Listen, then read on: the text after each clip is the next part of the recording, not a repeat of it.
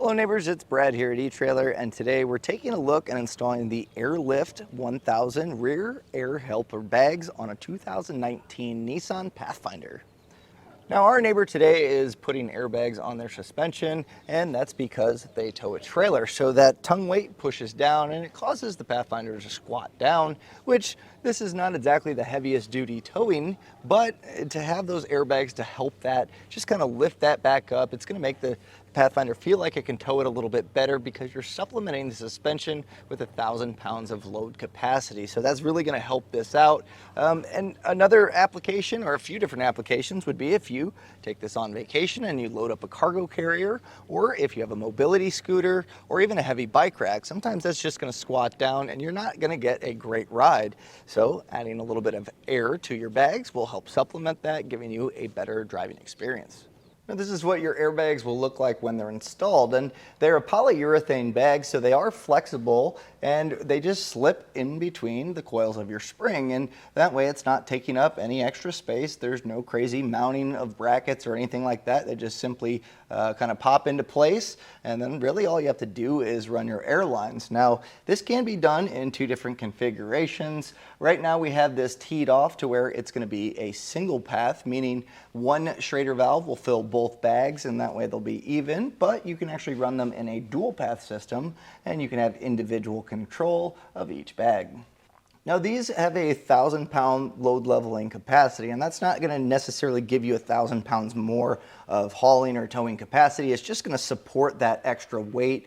So really this is just going to supplement your factory suspension, and when this fills up, it's going to just kind of allow it to kind of give it a little bit of firmness to allow your springs to really work and not overload the suspension. So it's really going to supplement your factory stuff.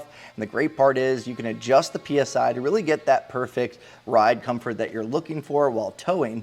Now keep in mind, these do have to be kept at a minimum of 5 PSI. So you do want to make sure that you're checking those regularly. Leaks can occur over time, so you just want to make sure that little bit of pressure will hold that bag's form, and you don't want to go over 35 PSI. So I do recommend checking those occasionally. And other than that, it's a pretty easy install, and it's going to make your towing experience that much better.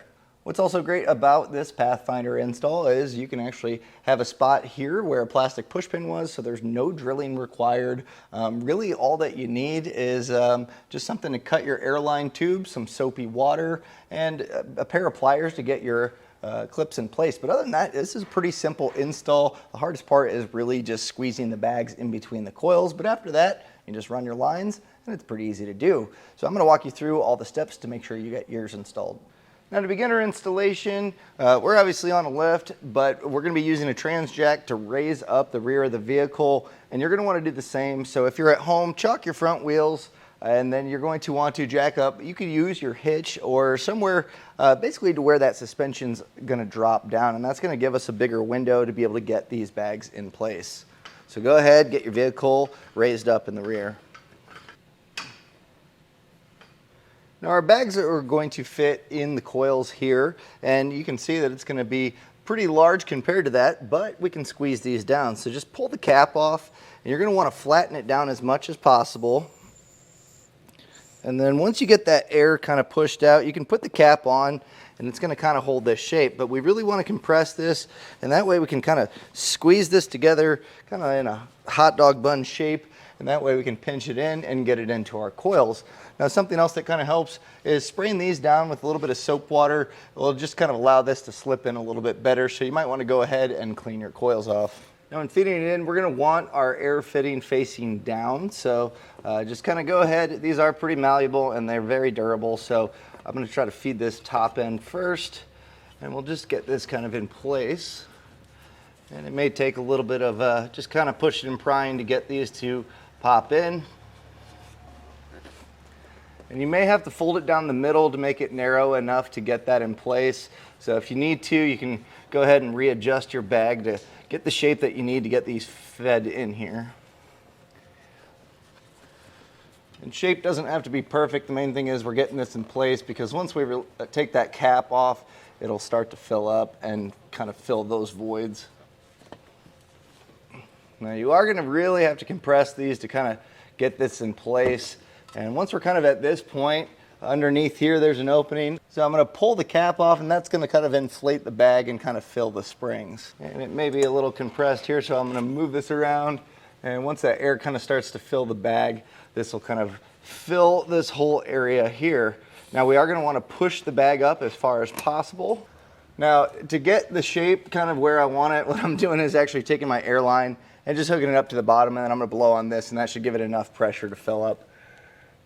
So now we'll just take our bag and just kind of push it up as far as we can from the bottom, because we need to put this protector puck in place. So this is gonna slide, it's gonna sit right here, so we can actually get this in pretty easily. We'll just slide this down and get it in place. Now this protector is rather malleable, so you can kind of slide this in. There's a pocket kind of on this side that I can drop this in, and this is gonna seat right here. We're gonna have our fitting going through here. Now, kind of looking at this now, you can put this in place beforehand, and that might be the best way to do it, but the instructions say to do it after the fact, so we're gonna go with that. So I'm gonna drop this in on this side, and there is this hole under here, so I'm gonna try to grab that edge, and then we'll get this in place. Now, if you are having trouble, you can kind of get it in place. There's plenty of holes along here, so I'm just kind of using a flathead screwdriver to get this in place.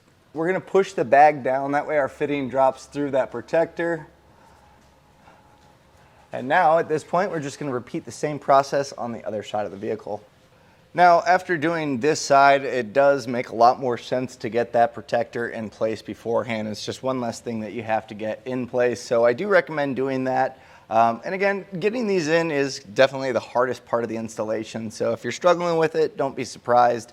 But once they're in place, that's really the hard part. So now we're gonna get ready to run our lines. Now, we do have a whole roll of this airline tube. And what I normally do, we're gonna be running this to a T fitting, so it's gonna have one connection. And so what I'll do is I'm gonna plug both ends in, and we're gonna be using a small hose clamp to get this on the barb fitting. So I recommend having a set of needle nose pliers to kind of pry this open, and that way we can get this crimped on our fitting under here. So I'm gonna attach both sides, and then I can pull that airline back and figure out kind of our middle, or pretty close to the middle, and that way we can make our first cut. So I'll just take my hose clamp, and I'm gonna get this on. So just kind of on each side here, just pry this, and that'll open it up. We'll get this on our airline tube and just slide it back a little bit. And then we'll push this all the way up on our fitting.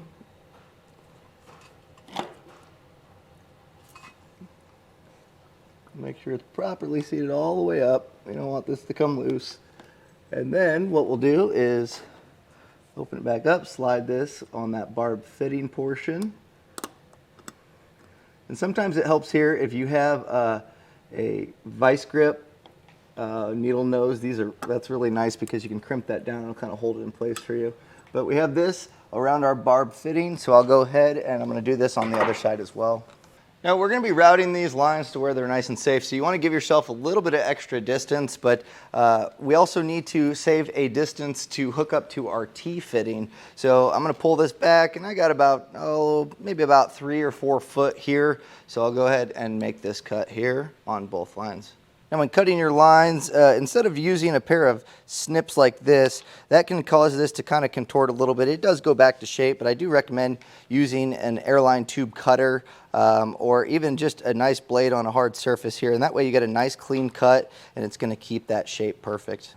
Now what I like to do is get our fitting set up, and that way when we start running these lines we can determine if we have extra slack. And what actually works out pretty well here, there's a plastic push pin that I think we can get our fitting to go through. So I'll go ahead and get that popped off. Now you can use a flathead screwdriver or a trim panel tool and just pry on that center part, and the whole thing should come with it. And this makes it nice because you don't have to drill anything. This is going to be a nice spot to put our airline fitting. Now if you want to get crafty and put it in a different spot, that's all up to you. But this is a nice easy way to get this in place. So just gonna pry this off. It's kind of fighting me here, but there we go. Should be able to get this whole thing out. And I think that's gonna work well for our Schrader valve. So we'll take our Schrader valve here, and I have my hose clamp kind of tucked back here. We're just gonna press this in. And then we'll get this clamp on. And I have a hex nut and a star washer, and that's going to be on the back side, and then we'll finish that up. Once I pass it through, I'll show you the other hardware. So with that slid through, we'll then go ahead and we have our rubber washer here. Let's slide this over. You may have to kind of thread it on. There we go. And then we're going to finish it with a flat washer. And then the other hex nut here. Now, this allows for some adjustability as far as how far out it sticks out, but I would kind of max out the back one so you get as much of that valve hanging out as possible. So we'll just go ahead and get this tightened down. You don't have to get too crazy here, just make it snug. With that tightened down, I'm gonna go ahead and get everything else routed, and I'll show you how that looks. As far as routing goes, it's pretty easy. This one I zip tied up on our hitch and just kind of made our way over. And really we're just trying to make our connection point at the T. So this one I just kind of used some of the factory wire loom that's here to zip tie it and made my connection to the T. Now, when getting it onto the plastic T, it might help to put a little bit of heat. You can take a lighter and just lightly warm up that end, and that should help slide that over that barb fitting.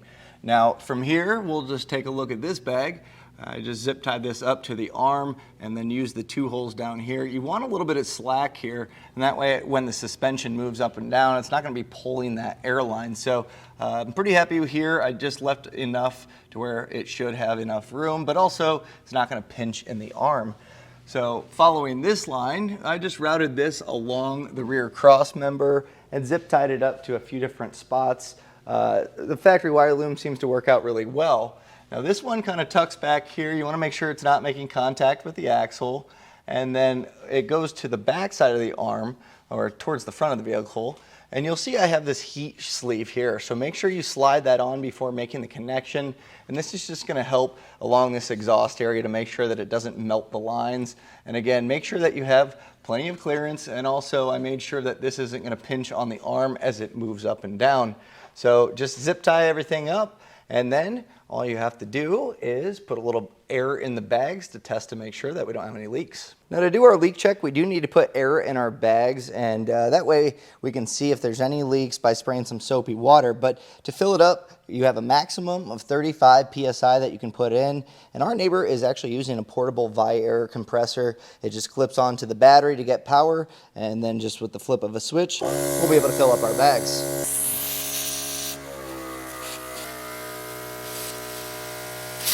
So with air in the bags, we'll just take a soapy water solution, just dish soap in a spray bottle, and we're gonna hit all of our connections. So anywhere where we've connected a line, we're gonna wanna spray that down. And what we're looking for is large air bubbles to form.